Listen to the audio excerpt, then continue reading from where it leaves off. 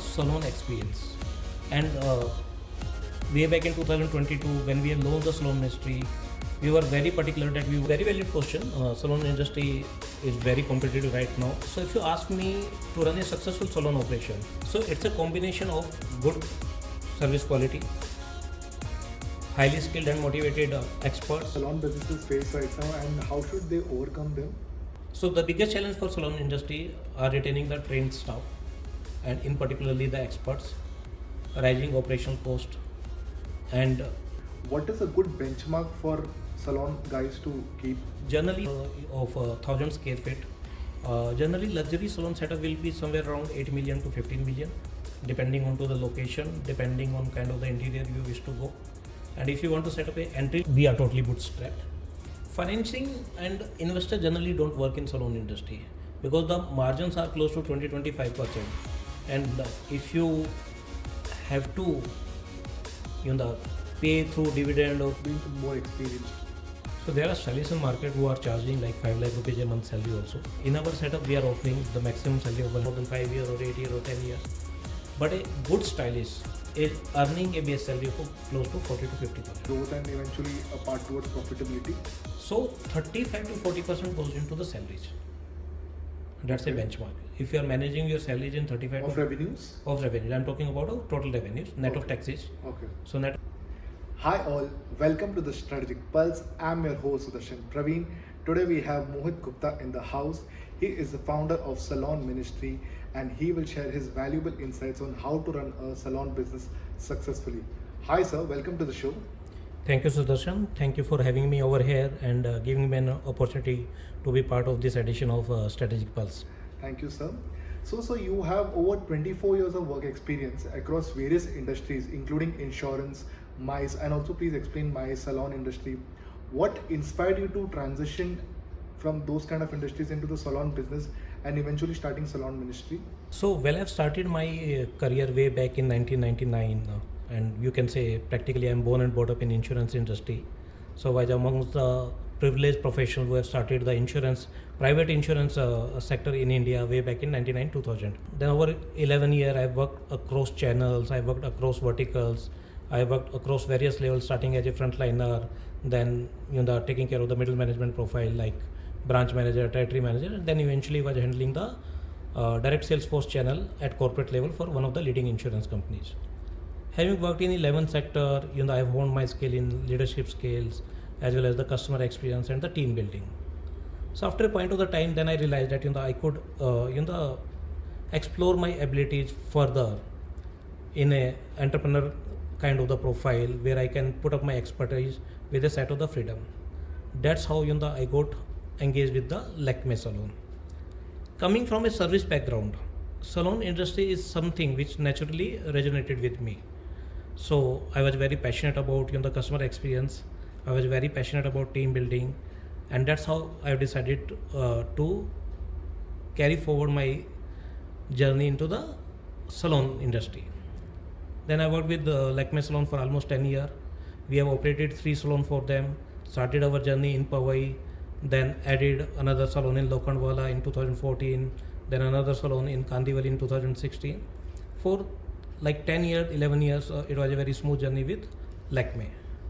So after working again for 11 years with Lakmé Salon, then we realized that we can do better in terms of the customer experience, in terms of the kind of the offering, and we want to offer a very luxury experience and a very personalized experience.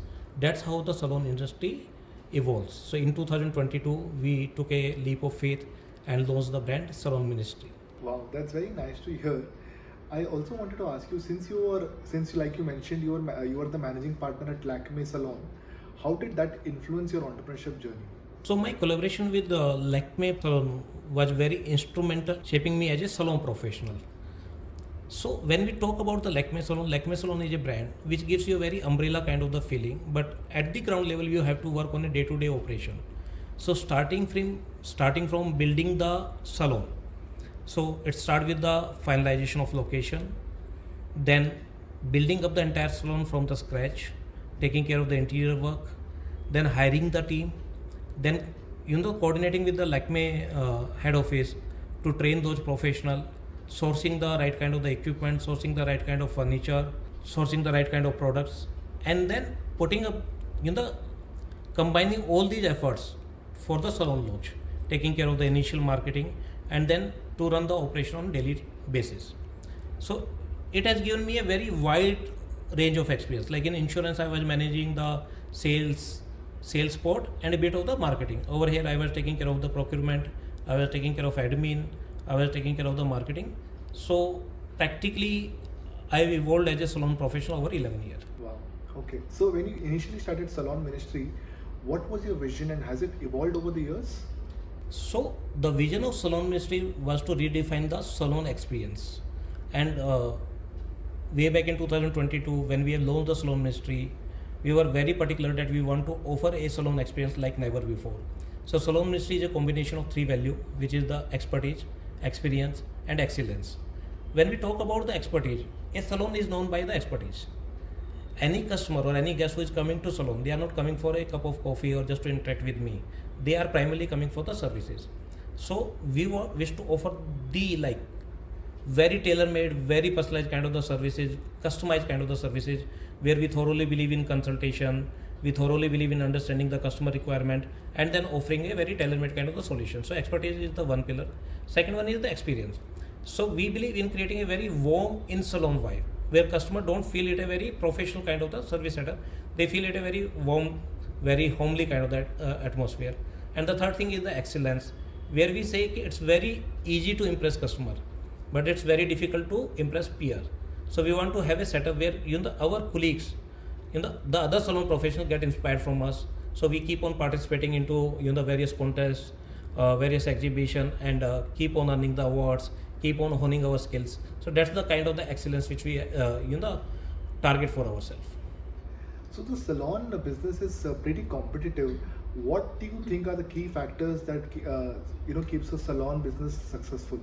So very valid question. Salon industry is very competitive right now. So if you ask me to run a successful salon operation, so it's a combination of good service quality, highly skilled and motivated experts, good ambience are the key differentiator. Apart from this, cleanliness, hygiene, and staying updated on trends also helps a lot to run a very successful salon operation. How do you see the salon industry evolving with time, with technological advancements and changing consumer demands? So technology is definitely helping out a salon industry a lot.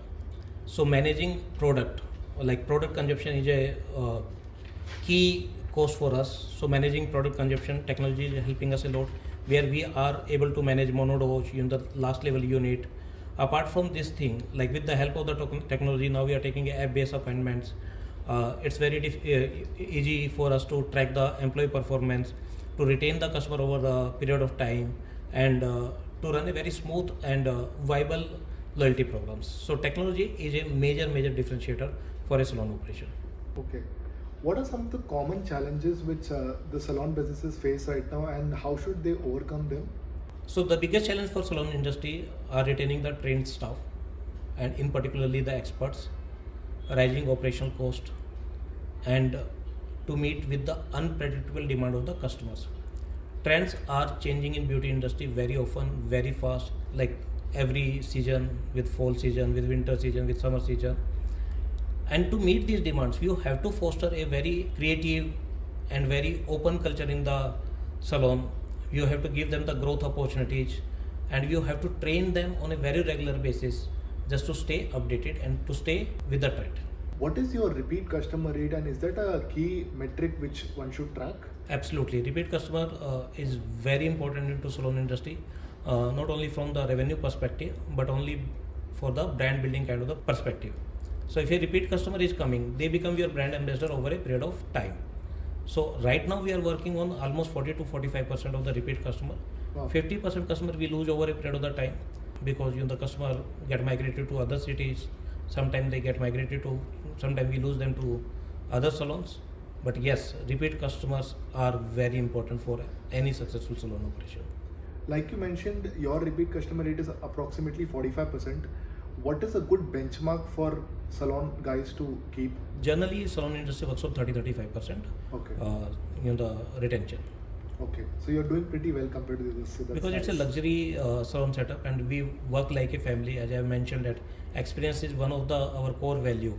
So that's a basic thing which have helped us in retaining our customer over a period of time. So since you mentioned you all operate like a luxury salon business, can we also get in the figures where how much typical investment does it take to set up a luxury salon compared to a regular salon? So if you talk about luxury salon, and if I'll take a benchmark figure of 1,000 square feet, generally luxury salon setup will be somewhere around 8 million to 15 million, depending on to the location, depending on kind of the interior you wish to go. And if you want to set up a entry level kind of the salon, which will take roughly 30-35 lakh rupees. So when you say 8 million, do you mean dollars or rupees? Rupees. Okay, so around 80 lakhs Around 80 lakh. for a luxury salon of For a thousands. luxury salon. Okay. And what are the key costs involved in setting up the salon? So again, I will go by the 1,000 square feet only. Almost 40 to 50 lakh will go into the building of the salon and the initial security deposit if you have to give it to the landlord. Another 15-20 lakh will go into furniture and the tools and the equipment for the salon. 4 to 5 lakh, 6 lakh rupees you have to invest in stock, like the products, cost of consumables, and rest 5 to 10 lakh rupees we have to have working capital. Okay, so what is your view on bootstrapping versus external financing? Did you pick up funds from outside or are you bootstrapped? As of now, we are totally bootstrapped.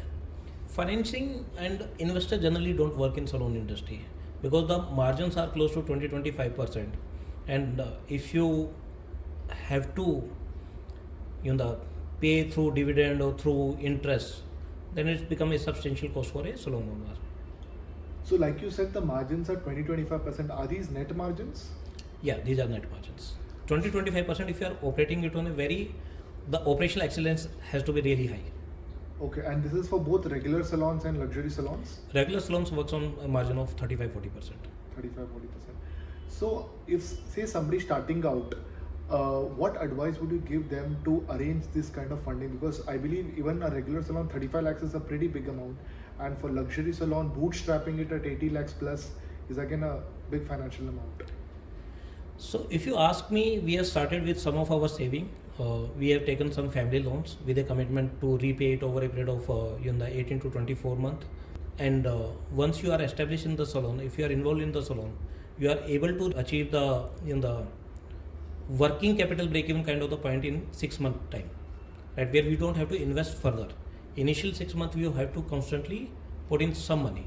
So we have to have 6 month working capital in hand. So my advice to someone who is willing to start a new salon, number one, do not get into a luxury salon. Start with a regular salon, build up some strength over there, and then get into a luxury salon. Luxury salon is totally dependent on to the customer demand, and building a demand for a luxury salon on day one is pretty difficult. Like for me, if you ask me, I've gone through the journey of almost 10, 11, 12 years before getting into a setup of a Salon Ministry, which is a luxury salon for 3,000 square feet. Had I opened the same luxury salon on day one in 2011, probably I would not have been successful. So my advice is to start slowly, gain the knowledge of salon industry, understand the dynamic salon industry, create a why with the experts, understand their demand, and then move to the luxury salon. Okay, so like you mentioned, you need at least 6 months of runway for your working capital. But typically, considering the overall business, how long does it take to break even? And typically, what factors can help in speeding up this process? So almost 2.5, 3 years, 30 to 36 months is a break-even kind of the stuff. I will say it a capital payout period. Break-even, as I have mentioned, we achieve in 6 month time. So after 6 to 8 months, we should not operationally bleed. Like whatever revenue is there, you should be able to pay off your salaries. You should be able to pay off your rents. You should be able to pay off your consumable cost. You should be able to pay off other the ancillary expenses like staff welfare and the regular repair and maintenance. But capital payout period is close to 30 to 36 months. That's pretty good. In fact, in a span of say 3 years, if a person say invests 35 lakh rupees in a regular salon, so over a 3-year period, he or she can get his money back entirely. No, I'm talking about luxury salon. In case of the regular salon, the payout is pretty fast. Okay, what is the period for luxury for regular salon? For regular salon, it would be 18 months to 24 months, max 2 years. But again, regular salons are generally being opened by the technician, not by the investors. Okay. And are there any factors which can speed up this process or slow down this process? So, if you are able to retain your experts over a period of the time, if you are able to manage your operational cost like the product consumption cost, these are the two factors which can make or break your salon journey. So, if you are able to control these two factors, you will be profitable in the much sooner. If you are not able to retain your staff, then the retention cost is pretty high. Like if I am managing a hairstylist on a salary of 50,000 rupees, if I lose him after 6 months or 8 months, then the retention cost will be probably 60,000 or 70,000. And then I will lose all the customers who are connected to that particular stylist. Okay, so do you have any benchmark for our viewers to understand and see like this much percentage of their revenue or this much percent of their initial investment should go to this, so that they see a steady growth and eventually a path towards profitability? So 35 to 40% goes into the salaries. That's a benchmark. If you are managing your salaries in 35 Of to revenues? of revenues, I'm talking about total revenues, net of taxes. Okay. So net of managing 35 to 40% salary, you are doing good job. Okay. Then another 12 to 15% goes into the cost of the services. So which makes it around 55%. Rent should not be more than 15% of the total revenue, which makes around 70%. Another 3 to 4% goes into the utility bill, like the electricity, telephone bills, water bills, and all this kind of stuff. So 75% is close to the things where we have to manage all the expenses. Another 3 to 4% we consider it for the marketing and for the contingency expenses. So it should not go beyond 80% in any scenario, because whatever 20% which you are managing, you have to consider that it's a depreciable asset, and you have to invest heavily every 5 years. So the salon setup get redundant after 5 years with the change into the customer behavior in the kind of the interior liking. So we have to invest heavily into the 5 years on furnitures, on equipments, again taking care of the repair and maintenance. So 20% is a margin. You need to manage your cost in 80%. So like you also mentioned that you have to reinvest your money back, say after a period of 5 years. How do you manage your business? What kind of profits do you, out of your total profits, do you reinvest back into your business, and how should new salon owners go about it?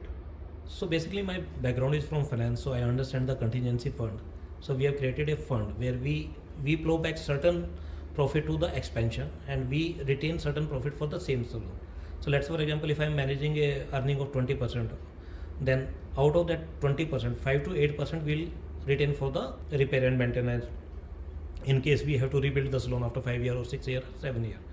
So let's say for example, if I am managing a revenue of 50 lakh rupees and earning is close to 10 lakh rupees, so we'll manage 3 to 4 lakh rupees on a monthly basis for the depreciable kind of the assets, where we have to change the furniture or the tools or equipments, or even if we have to rebuild the salon. I'm sure your employees are pretty important in this business, like you said. What are the typical churn rates of employees, and how does one go about retaining the best kind of employees? So Sudarshan, we are pretty blessed in this particular area. Since we are working on ground, we are connected to our staff. We are managing salon day in, day out. So we share a very good relationship with our employee, and we are working with group of people, group of experts who have joined way back in 2011. So our first pedicurist will retire in 2025 and have worked with us for 14 years. Wow. So I have 7 people who are working with us. They have a vintage of more than 10 years. Another 8-9 people are working for more than 5 years.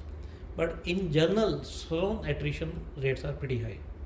So maybe somewhere around 50 to 60%. Wow, so how does one go about reducing this churn rate? So we have to connect with the expert. We have to give them the clear-cut growth opportunity. Like if you ask me, we are working on a model where we intend to open salon for our senior stylists. So if you have worked with us for close to 3 to 4, 5 years, and then you want to be a salon owner, so rather than losing them out and creating a competitor in the market, we wish to invest in them. We are opening a salon for them where they will be equal partner, we will be investor, and they will manage the salon for us. Wow, that's quite a unique model. In fact, I also wanted to ask you that once employees gain experience, do they typically start their own salons? Some of them, yes. Okay. Particularly in hair people, they do have the aspiration to be a salon owner, and then they tend to open all those regular salons with investment of 25 to 30 lakh.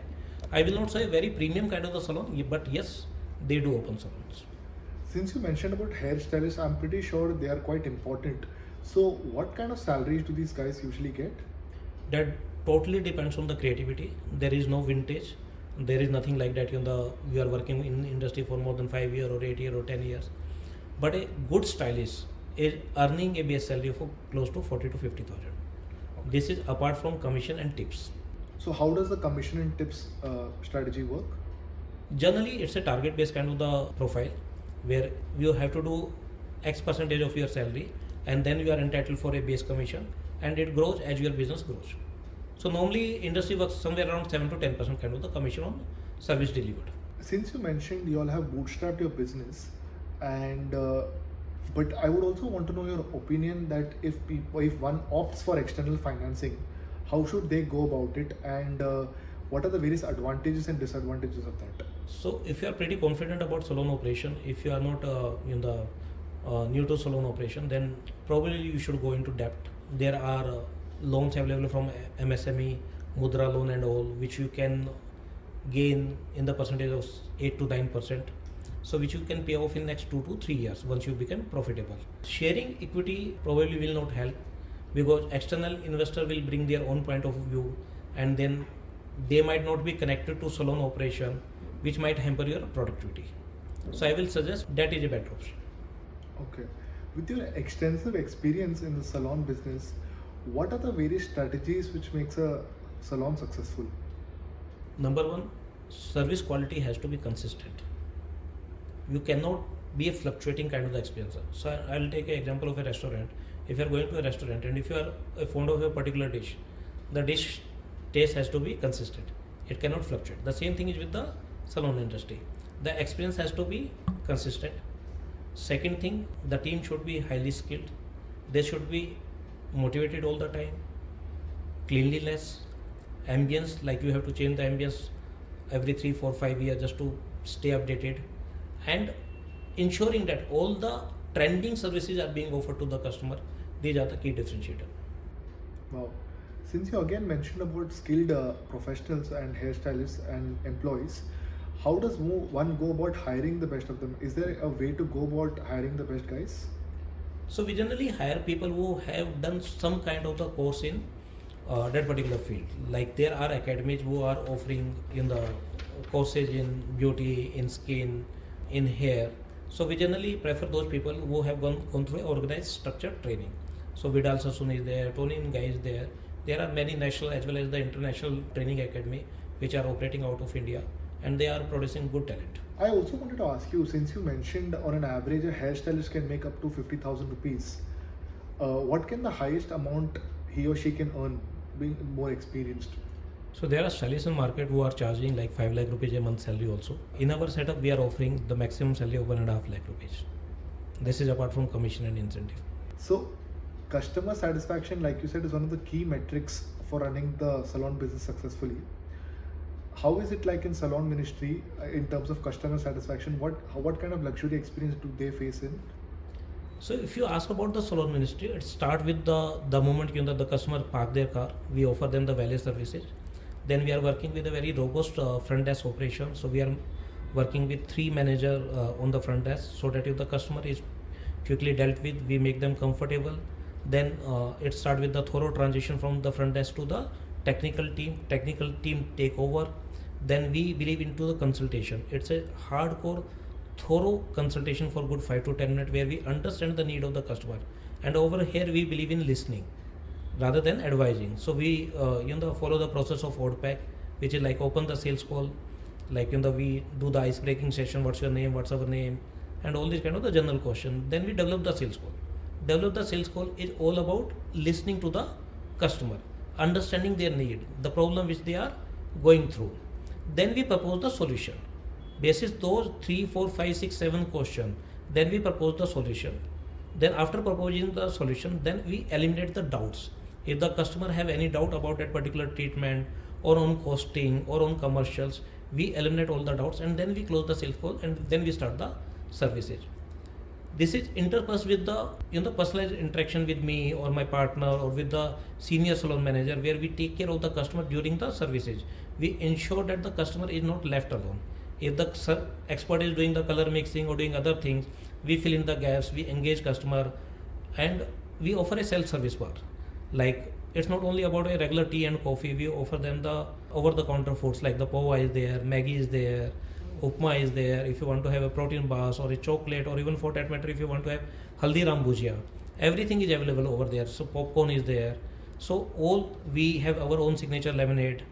So all these things, and then once customer is finished with the services, we are very quick with our billing, and then we ensure there is no disparity of the commercials. Like what has been asked should be delivered even in terms of the commercial. Customer को अगर 20,000 रुपये का quotation दिया है तो customer should pay only 20,000 rupees. Billing test पे आकर के वो नहीं होना चाहिए कि आपका 22,000 का बिलिंग हो गया. So we try to build up a 360 degree comprehensive experience for the customer, and this is what we call a luxury. Wow, that's very nice to hear. I also wanted to ask you, how do you maintain high levels of customer loyalty? So customer loyalty, as you have mentioned, we are hiring the best of the stylists available in the market, and there has been time where we do not have a position open in the salon, but we get to know कि कोई अच्छा expert market में job search कर रहा है. We immediately hire them without having vacancy in the market, and then we find out the best deputation possible for that staff. So the first differentiator is the best skilled manpower. Second is the personal involvement. Third is the value for money, and I'll call it affordable luxury. So we are offering the best in the market at the best possible rate, and that's our mantra to retain customer over a period of time. Wow. How much of your profits typically come from product selling versus, say, services? Product sale is typically 18 to 20% of the total service sale. So let's say, for example, if you are doing a service sale of 50 lakh, product sale is close to 8 to 10 lakh rupees. Revenue wise, product sale is not so rewarding. What is the ratio of male to females in your salon? As of now, it's 90 to 10%. And is that standard across all salons, or Yeah, unisex salon generally works on 85 to 15%. I'm not talking about regular salon, I'm talking about luxury salon. Okay. Have you ever thought of franchising model business, and has anybody approached you regarding it? We are being approached by many people to take franchisee, but unfortunately my business model is not scalable through franchisee because it's very personalized, very tailor-made. So that's why, as I mentioned in my podcast earlier, that we are working on a model where we will give our stylist or our skin expert opportunity to open salon for us. We will invest into the infrastructure and they will manage, because they are in the system for 3 year, 4 year, 5 year, 6 year, and they understand the DNA and they understand how we approach our customer service experience. For us, customer service experience is of paramount importance, and we do not wish to dilute that at any cost. So franchising as of now is not on the table.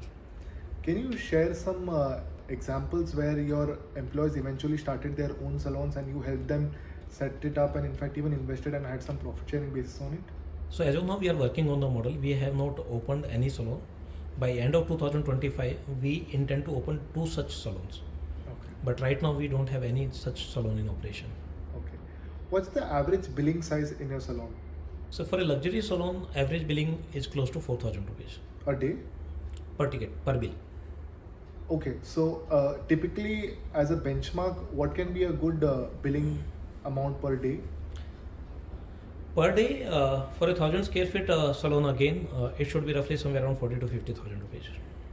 For a luxury salon, and is that is that possible to achieve after a period of time? Yeah, 40 to 50,000. I'm saying about the weekdays. Weekend, it should be close to lakh. Oh wow! I'm talking about a luxury salon 1,000 square feet setup. What about regular salons? Regular salon works somewhere around 5 to 6 lakh rupees monthly revenue. Should be somewhere around 20-30,000 on a daily basis. So their footfall are slightly more, but their average ticket size, when we say average ticket size, is average ticket size per customer. Okay. So there will be some customer who will just come for a threading, will pay us 100 rupees. But then there will be some customer who will come for a hair makeover and will give us 20,000 rupees. So average ticket size per customer for a luxury salon in a good bucket should be somewhere between 3,500 to 4,000. And for a regular salon, what should be that? What It should be somewhere around 1200, 1500, nothing beyond it. 1200, 1500 again is a aspirational figure. So maybe around 1000. 1000. Okay. Have you seen an increase in the number of male customers after Instagram coming in and this trend of social media apps like Instagram becoming household names? So male customer database is broadening over a period of the time. Earlier we used to work on somewhere around 4 to 5%. Now we are working close to 8 to 10%. Yes, we are seeing male customer coming to unisex salon, luxury salon. Though they are still coming for basic services like haircuts and the beard. Some of them opt for the pedicures, but yes, customers are coming in. And also because of the rise in Instagram and followers and influencers and also makeup tutorials online, is that adversely affecting your business? No, any kind of the education always good for the industry. So they are evolving customer needs. Earlier customer was not very aware about the latest trend in the market. Now there are very few salons who can stay updated with the trends. So if you are willing to work and if you are willing to be in line with the trends, you will always gain with the social media. According to you, what are the best ways to market a luxury salon? So the first thing for sure, word of mouth. Your customer should be your brand ambassador. If they are going out in the market and if they are saying the right thing about you, you are bound to prosper. The second thing is the Google ads and the Instagram. Instagram is helping out a lot. If you are able to publish your best work, if you are able to showcase your talent in a right spirit, then yes, things will happen for you. Also, the number of male luxury brands in this space is quite low. I think there are quite a few notable names which operate in this space. Do you think this has prospect for potential for growth? I believe True Fit and Hill is one space which is operating in this. So there is not much of demand for the luxury salon in male segment. There is a demand of luxury unisex salon. When we talk about the barber shop, there is a demand for premium salon. So when we talk about basic salon, then we talk about premium salon, then we talk about luxury salon. Basic salon is a kind of the salon which works typically in 250-300 square feet area. They have good air condition and everything, but the expertise are basics. The barber experience is very basic. We'll just go over there, we'll get a cut and we'll come back. Premium salon will maintain the cleanliness and hygiene. We'll have a decent front desk setup. We'll create some kind of the experience. When we talk about the luxury will have a very skilled labor. A skilled labor, people are not willing to pay 1000 rupees for a haircut. The price range is still 400, 500, 600 rupees. So that way there is a clear cut demand for premium salon in barbering section, not for the luxury salon. That's a nice insight. And how about home service companies? Because I think emerging companies like Urban Company nowadays provide services at home, and that includes haircutting as well. So does that adversely affect your business? So there are two ways to approach it. Home services, they offer convenience. We offer standardization. We offer luxury. We offer experience. So anyone who is looking for convenience probably will go for a home service. Anyone who is looking for a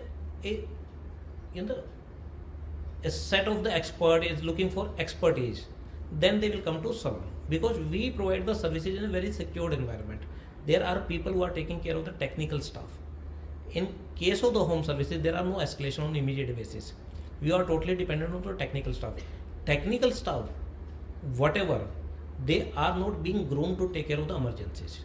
On the other hand, in salon, there are proper protocols. So technical staff report to the assistant salon manager, then there are salon managers, then there are the area sales managers. So there is a chain of hierarchy. So when we talk about home services, yes, we are not adversely impacted because the delta of customers is different. Okay. Since you're talking about customers here, what's the most unique customer request you have received?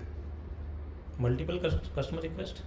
At time, we have been asked to do a rainbow color for a 5-year-old child. It was very difficult for us to make them understand. Took at almost an hour to understand that we cannot color at such tender age. Then there was a guitarist who came for nail extension. When we have started our nail business way back in 2000, right? We were not pretty sure that even a male will walk in someday for nail extension, but guitarist, he was requiring the nail extension. So keep on happening.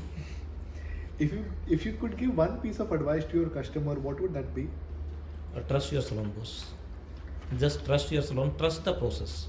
Sometimes customer get very anxious in the how the entire service is gonna look after a 2 hour, 3 year, 4 year. You have to very calm and you have to trust your expert. That's a nice line. Are there any government incentives which a new entrepreneur who's venturing into the salon business can leverage? There would be some incentive in terms of the loans and everything, but there are no subsidy as such. So you can apply through government loans and where you'll get the loans at subsidized rate, but there is no direct subsidy. Okay. What factors should aspiring salon owners should consider in terms of choosing the right location? Number one, it should have a customer base of at least 15 to 20,000 households. Oh, okay. Right. So when I talk in Mumbai perspective, it should have a building base of close to 500 to 700 buildings at least. So we should work on a catchment kind of the stuff. Second, high street, where brand should be visible to the customer. These are the two important factors. Anything which is like 100 meter or 200 meter away from main street might get you into difficulty. Are there any regulations which a salon business should follow? Yes, you have to have all valid licenses.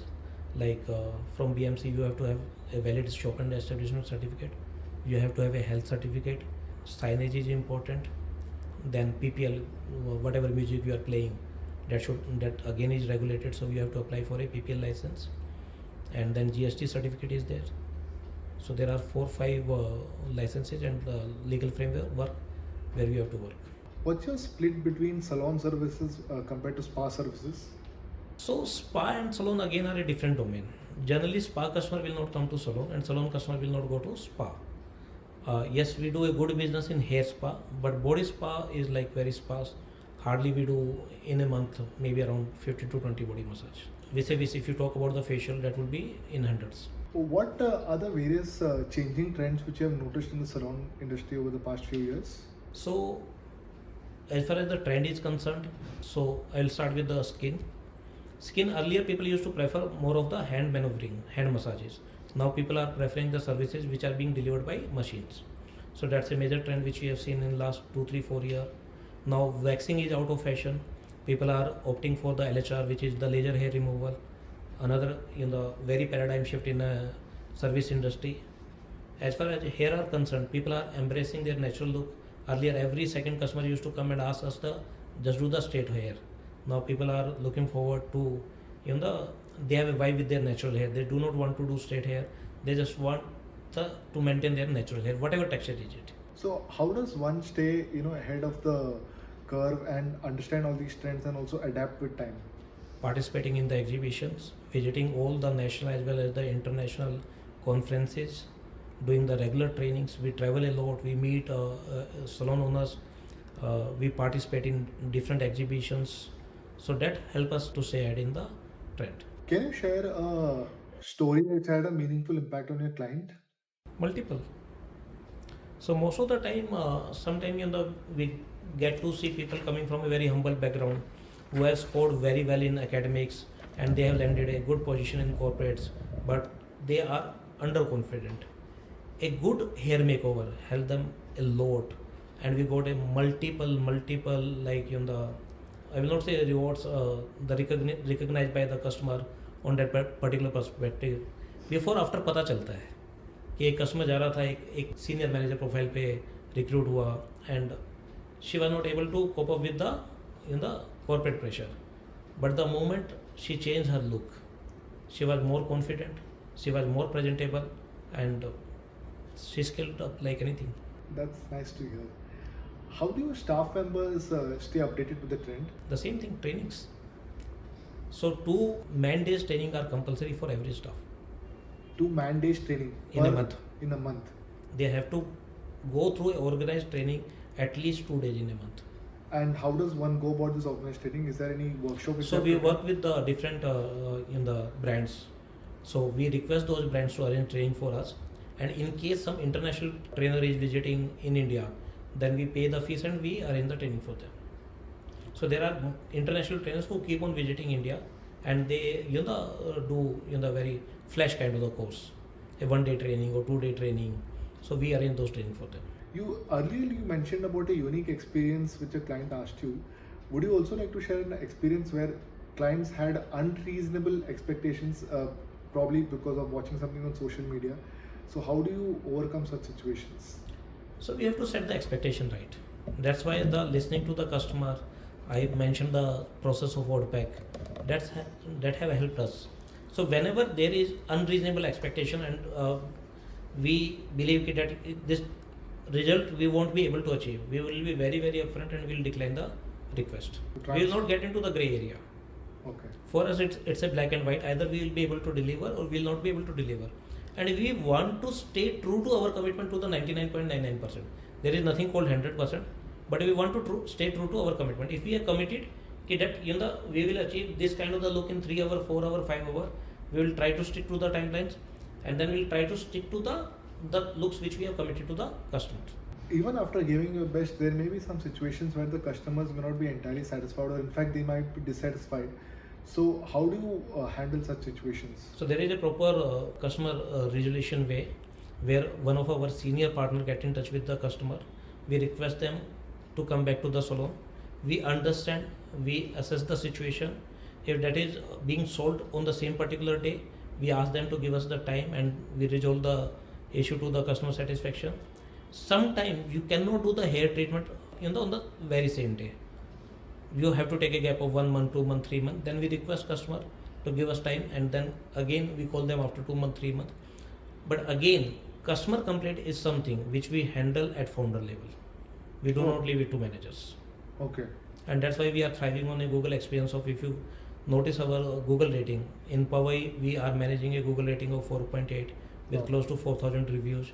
In Chandivali we are managing Google rating of 4.9 with close to 600 reviews. We are very particular about the customer satisfaction. The kind of the money we are charging, customer cannot go unsatisfied. So have there been any instances where the customer complained and you tried resolving it at your level, but still they were dissatisfied? So in such situations, do you like refund their money back, or how does it go about? Yes, if the complaint is genuine, we will refund the money. Okay. There is no point of charging for a shabby job or a job half done. How do you ensure that you're not being exploited? Because I'm sure I'm not sure if luxury salons face that, but regular salons, customers come, get their service done, they say they do not like it, and then they don't end up paying for it, or they ask for a refund. A regular salon mein customer have to pay. Okay. So customer have the option not to pay only in luxury salon. Okay. Where we understand the customer psyche, and sometimes, most of the time customer are right. Customer are generally not unreasonable. They are reasonable. If they are not like the services, they have all the right to say, boss, I have paid this kind of the money and I was expecting this kind of result. And like, if we are having any kind of the customer complaint and we are not able to give the solution, we will not charge customer. What metrics do you track for success of Salon Ministry? Customer retention, both external as well as the internal customer retention. Google reviews, how we are faring onto the Google reviews. And then we have our internal mechanism where we share a feedback link to the customer, the kind of the reviews which we are getting through those links. So these are the 3 metrics. But overall, if you ask me, if I am able to retain my customer as well as my staff over a period of the time, then we are doing good. What's the most valuable lesson you have learned as a salon business owner? So I will not say lesson, but it's been like almost 14 years now into the working with this creative set of people. The journey has been good. Yes, from an insurance background, I was taking care of one particular profile, but now if you ask me, it's a very comprehensive kind of the leadership. I can sail through multiple profile. Someday I'm taking care of finance, someday I'm taking care of the HR, someday I'm taking care of marketing, someday I'm taking care of the operational. So fantastic learning. I'm still learning on a day-to-day basis. How do you balance your role between being a salon owner and also, I believe, you consult others as well? I mean, you give your consultation to others as well regarding for different salon businesses. So that's a consultancy kind of the profile which we do, a paid consultancy. If someone is looking to open a salon, then we work into the turnkey basis kind of the stuff. We start with the consulting on the location, then how to build up the salon, how to hire people, which all brands should be there in salon, then how to train those people and helping them out in the launching the salon. So starting from 0 to salon launch. But how do you balance your role, because they can also eventually be your competitors and cause trouble to your business? There is nothing called competition. If the industry is growing, you are growing. What are some of the key strategies which you have implemented in other salon business as a consultant? So learning remains the same. We thoroughly believe it's a manpower business. If you are able to hire a right set of people and if you are able to retain over a period of the time, then you are a successful entrepreneur. And it's not about salon operation. For any business, like when I was in insurance and I was working with as a branch manager, my main job is to lead people of frontliner. So over there I have learned this thing. Rather than believing in attrition, retaining the right kind of the talent has helped me in grow in my professional journey. Okay. So it's all about manpower. Like food businesses, a lot of people, a lot of young guys or girls, they have this idea ki let's start a food business together. And probably after food business, I think the next business which everybody thinks of is probably a salon business. And we had a guest earlier, and they said that running a food business is not very easy. In fact, majority are loss making. So is it the same case in the salon business as well? Absolutely. So salon business, most of the salons are bleeding right now because they are not able to set a clear-cut budgeting on the salaries, clear-cut budgeting on the product cost, and the biggest problem is the setting of the price. So they are being driven by the brands. So let's say for example today I will ask you what all brands you know in salon. So I definitely know Salon Ministry. I have visited it and it's very nice. I have been to True Fit and Hill. I have been to Javed Habib. I have been to Javed, which is another brand in Galleria. I think, yeah. So we are entry level brands. We are not established brands. So when I talk about the established brand, so Lakmé is an established brand with a national presence. Enrich is an established brand with a regional presence. JCB is an established brand which again has a national presence. Now these 3, 4, 5 brands define the price category in the market. Now because every CEO want to drive the top line, they are not bothered about the bottom line to start with. So sometimes they cut down the prices. Like if the market rate of a particular service is 5,000, they will say ki boss for this month we will offer a services at 2,000 level. Now entry level salon owner get confused about this thing. They think if a brand is being able to offer at particular service at 2,000, तो मैं तो उसको 500 रुपये में भी offer कर सकता हूँ क्योंकि मेरे तो कॉर्पोरेट ओवर एड्स नहीं है. आई डोंट हैव टू पे दोज फैंसी सैलरीज. और यहाँ पे सलोन्स जो हैं वो बहुत गड़बड़ करते हैं. सो there are 3, 4, 5, 6 brand which dominates the market in a macro terms in terms of the pricings. Everyone look to those people for the pricing. So अगर कोई भी ब्रांड एक फ्लैश सेल चलाता है या अपने प्राइस को कट डाउन करता है, जो एंट्री लेवल सलोन से होते हैं वो कंफ्यूज हो जाते हैं कि अगर ये ब्रांड 2000 में या 3000 में पर्टिकुलर सर्विस मैनेज कर रहा है, सो आई कैन मैनेज दो services in 1500. They won't understand कि those brands are working on a portfolio of services. They believe in rationalisation of pricing, but the salon will reduce the pricing parallelly. So 3, 4 factors. The first thing is the salary cost. 35-40% से आप ऊपर गए आप lead करेंगे. Second is the product cost. 12 to 15% से ऊपर गए आप लीड करेंगे. And the third thing, if the pricing is not right, we will definitely bleed. And this is the massive problem in salon industry, that people are not able to charge right for their efforts. Like we spoke earlier, all salon business are in fact bleeding. So why are so many people getting into this kind of business even though they are loss making?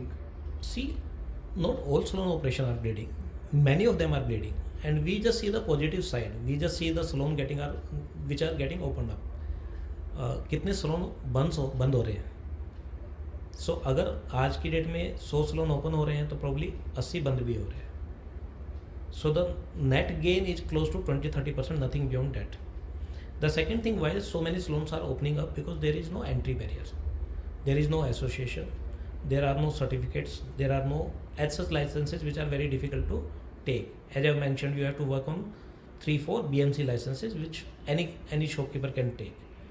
So since there are no barriers and people are generally being influenced by the chagachond of the salon, everything look nice, they are visiting some salon. If someone is coming to Salon Ministry, they will see us very busy throughout the day. They see it, both these people must be minting money, and the kind of the revenue they are generating, they are charging 20,000, 30,000 to every second guest. But they won't understand. The most of this money goes to the technician. So they don't understand the backside of the story. And they get influenced by a successful salon operation and they get into this line. And then they start bleeding in another 6 months, 1 year, 2 year times. See, if you had to start your journey all over again, would you choose the same path? Yes, absolutely. No regret. Okay. And would you have done anything differently? So apart from this, I'm still working as a certified tour operator, and I mentioned I'm a part of the MICE, which is the meeting, incentive, conference, and exhibition, where my job is to finalize a trip and then take any corporate to an international destination, manage the entire itinerary for them, starting from meet and greet, taking care of their meals, taking care of their hotel stay, and taking care of their rest of the itineraries. So that's my another profession which I'm doing right now. But in your salon business, if you had to start your journey all over again, would you do some things differently? Probably I would have started Salon Ministry 5 years back before COVID. And what do you do to relax and unwind besides work, outside of work? Right, I'm a avid cyclist, so I cycle a lot, and then spending time with family and friends Okay. in general. And I'm a movie buff, so every Friday night has to be a movie outing. So these are 3-4 hobbies which take care of my relaxing and all this stuff. So this brings us to the end of the podcast. Thank you, Mohit sir, for doing this. We wish you good luck for all your future endeavors. Thank you, pleasure is all mine. Thank you for having me over here. Thank you for watching this episode till the very end. I hope you found this episode to be valuable and insightful. If you did, please like, share, and subscribe to our channel, as your support will help us grow and bring you more insightful conversations. We would love to hear from you. Please share your takeaways from this episode in the comment section below. We are welcoming entrepreneurs from all walks of life. If you or someone you know would like to feature as a guest in our podcast, then please fill the Google form as seen in the description below. We will reach out. Thank you. Don't forget to like, share, and subscribe. Thank you.